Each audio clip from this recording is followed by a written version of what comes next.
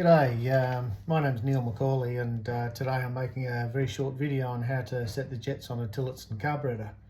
So this is off an X30 engine. I've already set this carburetor up for restricted, which means it's got a 31 gram spring in it, and I've set the lever height to the way I do it. And it's very important that we set the jets to the right setting. So when we talk jet settings, we always talk the low first and then the high. And in this case, the low in this one's going to be set at 1.03, so that's 1 hour 3 minutes, and then the high will be set to 1.23, so it's 1 hour 23 minutes. So today I've got the gauge on the carburetor to show you the pressure. So that's I've already set the pressure, and you can see the blow off going on here, and that's holding 7.5 psi.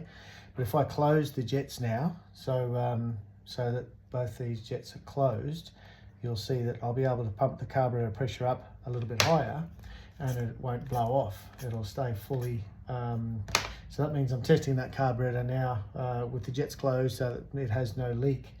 And if that carburetor was to leak, then of course I would submerge that in some fluid to find out where the leaking is, but that one's fine. So this is the carburetor tool that's made by Tillotson. Each turn is its full turn is 1 hour, and each small line is in 2 minutes.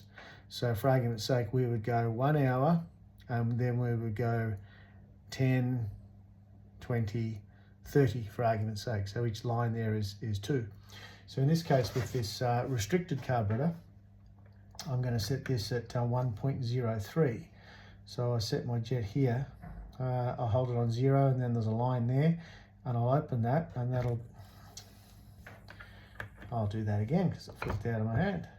So I'll start that again, and this will be, I'll reset to 0, and this will be 1 full turn, and 0.3, which is 1.5 lines, so 1.03.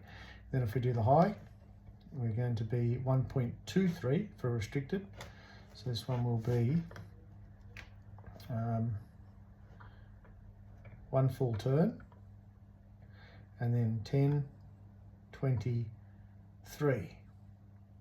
So that's where we'd set the jets. So that's how we do it. We also have got to confirm that so if I let the pressure out of this carburetor now, we also have to confirm that the throttle is set to full. The way I confirm that is by these adjusting screws here. So if I hold that open, then what I use is I use a steel rule here, and I confirm that that's sitting square. And I've already preset this one so that we know there's no gap. So if it wasn't full, you'd see a gap there, or if it was over center, you'd see a gap the other way. The other thing that's very important with these carburetors is that the carburetor must fully close at back off. So at back off there's a little bit of fuel that gets delivered into the engine that lubricates the bearings and the piston through that little discharge nozzle there. And it's very important that the fuel gets pulled out of that discharge jet there. So it's very important that this idle screw is undone all the way, so it has no effect on the opening of the butterfly.